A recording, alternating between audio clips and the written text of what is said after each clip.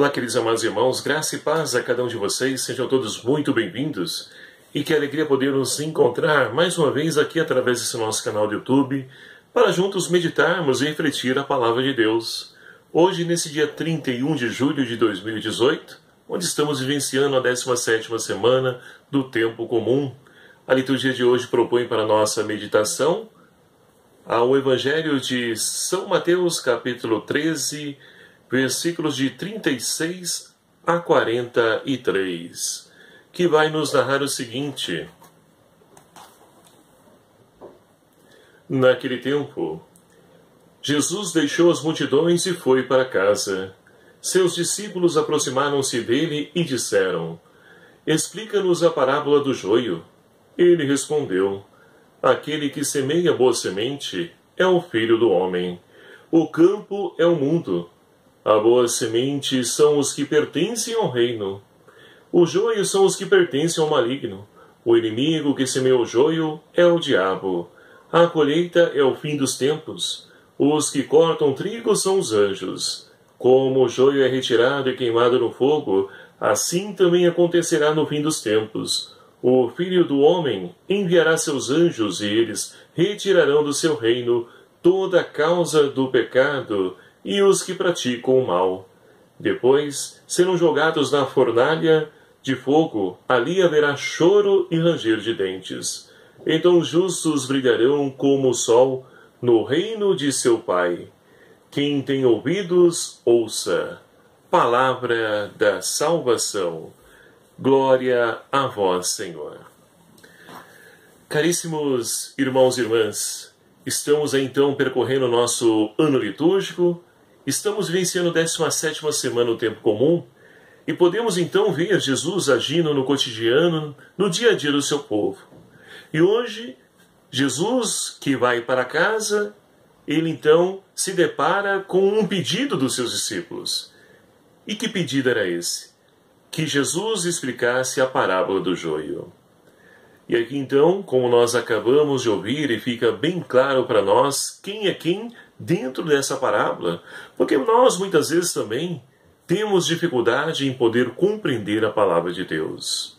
E Jesus vai dizer, olha, daquele que semeia boa semente é o Filho do Homem, e os joios são os que pertencem ao maligno.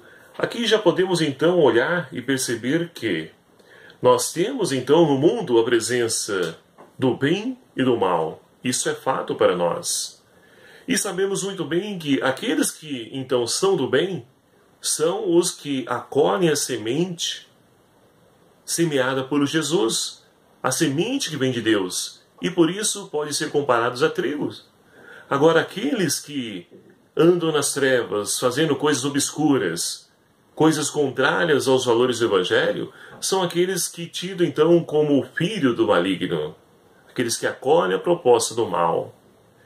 E diante de tudo isso, nós podemos então ver que Deus permite essa união, por assim dizer, essa convivência. Não há como separar. Por quê? Na parábola do trigo e do joio, nós caímos na tentação de achar que somos sempre trigo. E não somos, não. Pelo menos vou falar por mim. Tem muitas vezes que na minha vida, nas minhas atitudes, eu sou joio. Agora imagine se no momento que eu estou sendo joio, fosse o momento da colheita. Eu ia parar aonde? Então é preciso perceber que Deus, na sua misericórdia, Ele nos dá o tempo oportuno, necessário e suficiente para que nós possamos então buscar ser sempre trigo. Mas devemos ter claro que muitas vezes, quando nós então bobeamos, vacilamos na nossa caminhada de fé, nós nos tornamos também joio. Ou seja, deixamos então que a semente do maligno, ela possa encontrar então abrigo morada em nossa vida. E tudo isso só será então, de fato, analisado, julgado, no último momento, no dia do julgamento. E aí sabemos muito bem que aqueles que são trigo vão então para a vida em Deus, para a vida eterna. Aqueles que então estão tendo atitudes errôneas de trevas vão então para o fogo eterno. Então, meus queridos amados irmãos, é preciso olhar para a nossa vida e perceber que nós precisamos nos policiar. Precisamos estar sempre atentos nas nossas atitudes, para que nós então não caiamos, ou melhor dizendo, não deixemos que a semente semeada pelo maligno, ela encontre acolhida em nosso meio. E olha, que isso nos dias de hoje é uma grande dificuldade, um grande desafio para nós. Por quê? Ora, o maligno semeia com coisas bonitas. Não pense que o diabo ele aparece para nós com aquele tridente, aquele chifre, aquele rabinho. Não, vem através de coisas bonitas, belas. E se nós não tivermos o discernimento, fatalmente iremos acolher e estaremos então nos tornando joio. É preciso estar sempre atento e clamar ao Espírito Santo, porque o discernimento é um dom do Espírito Santo.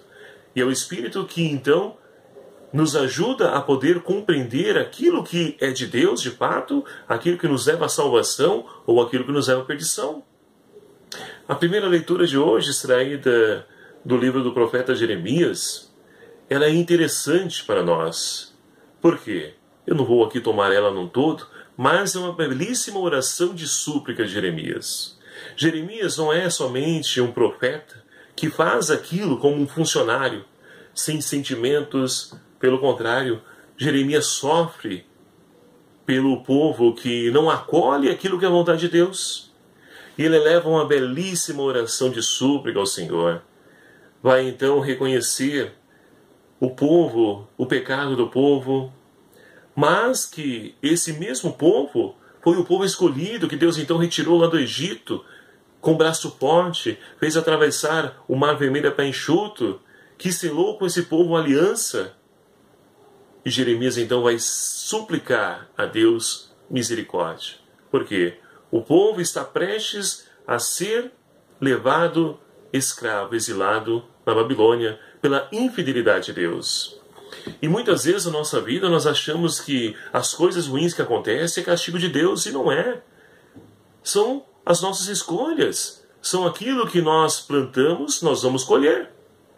Se plantamos o bem, e olha só a importância de buscar ser trigo, se plantamos o bem, vamos então colher o bem. Agora, se nós plantarmos o mal, iremos colher somente o mal. E não é Deus que faz isso, é nós que optamos, escolhemos, na liberdade que Deus nos concede, nós optamos pelo mal.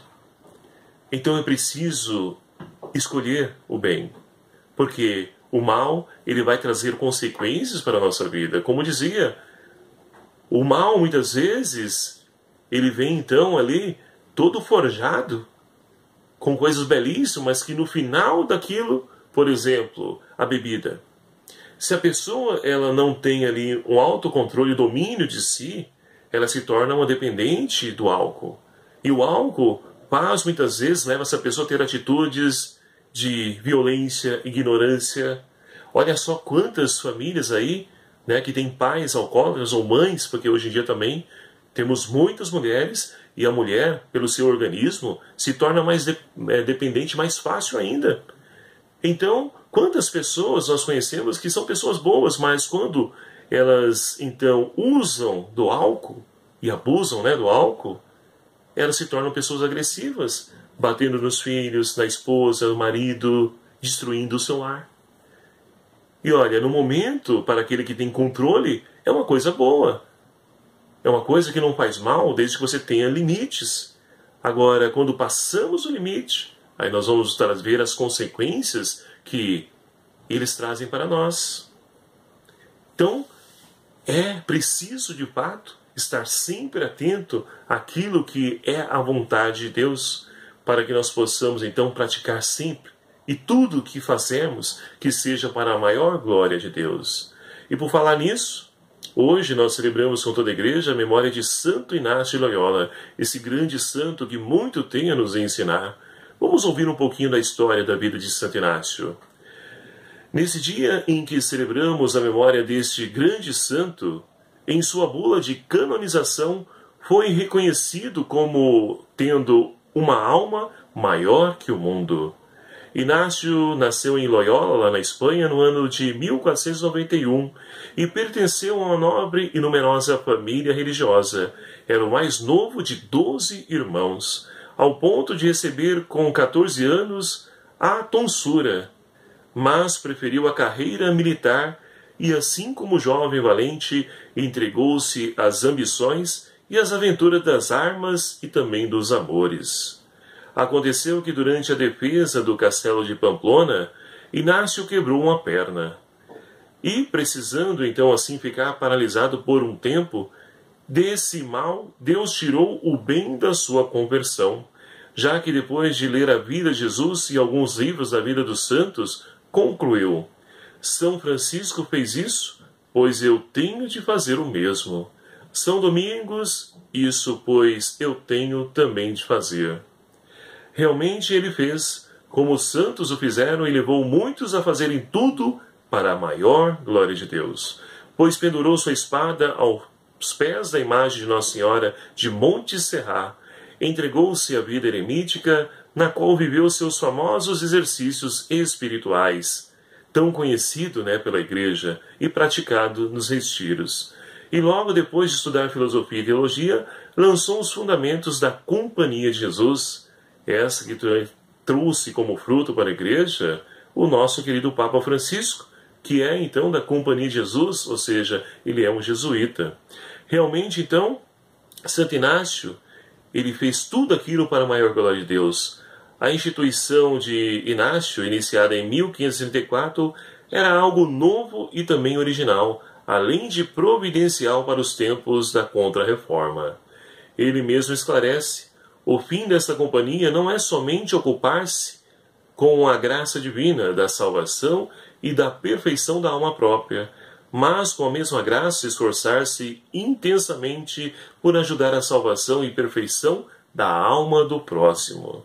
Com Deus, Santo Inácio de Loyola conseguiu testemunhar sua paixão convertida, pois sua ambição única tornou-se a aventura de salvar almas e o seu amor a Jesus.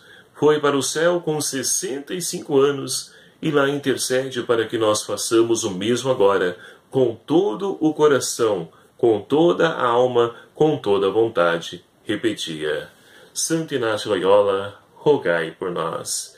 Então, meus queridos amados irmãos, que nós possamos imitar o exemplo de Santo Inácio e possamos fazer tudo para a maior glória de Deus, optando sempre pelo bem, para que nós possamos ser trigo na vida dos nossos irmãos e, assim como Santo Inácio, possamos levar almas para Deus, fazendo tudo para a honra e glória desse Deus de amor. Louvado seja o nome do nosso Senhor Jesus Cristo, para sempre seja louvado. Obrigado a você, meu querido amado irmão, que nos acompanha, faz parte desse nosso canal, dessa nossa família, que se inscreveu no nosso canal. Muito obrigado a você. Você que é a primeira vez que está aqui, bem-vindo! E peço encarecidamente a você que se inscreva no nosso canal. É fácil, é só você clicar aqui em inscrever-se. E venha também somar conosco. Ajude-nos a compartilhando esse vídeo, esse canal. Vamos fazer também tudo para a maior glória de Deus através desse nosso canal do YouTube.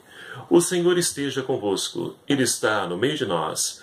Por intercessão de Santo Inácio de Loyola, abençoe-vos Deus Todo-Poderoso, Pai, Filho e o Espírito Santo. Amém. Um abraço fraterno a cada um de vocês. Até o próximo vídeo, se o Senhor assim nos permitir. Espero por você.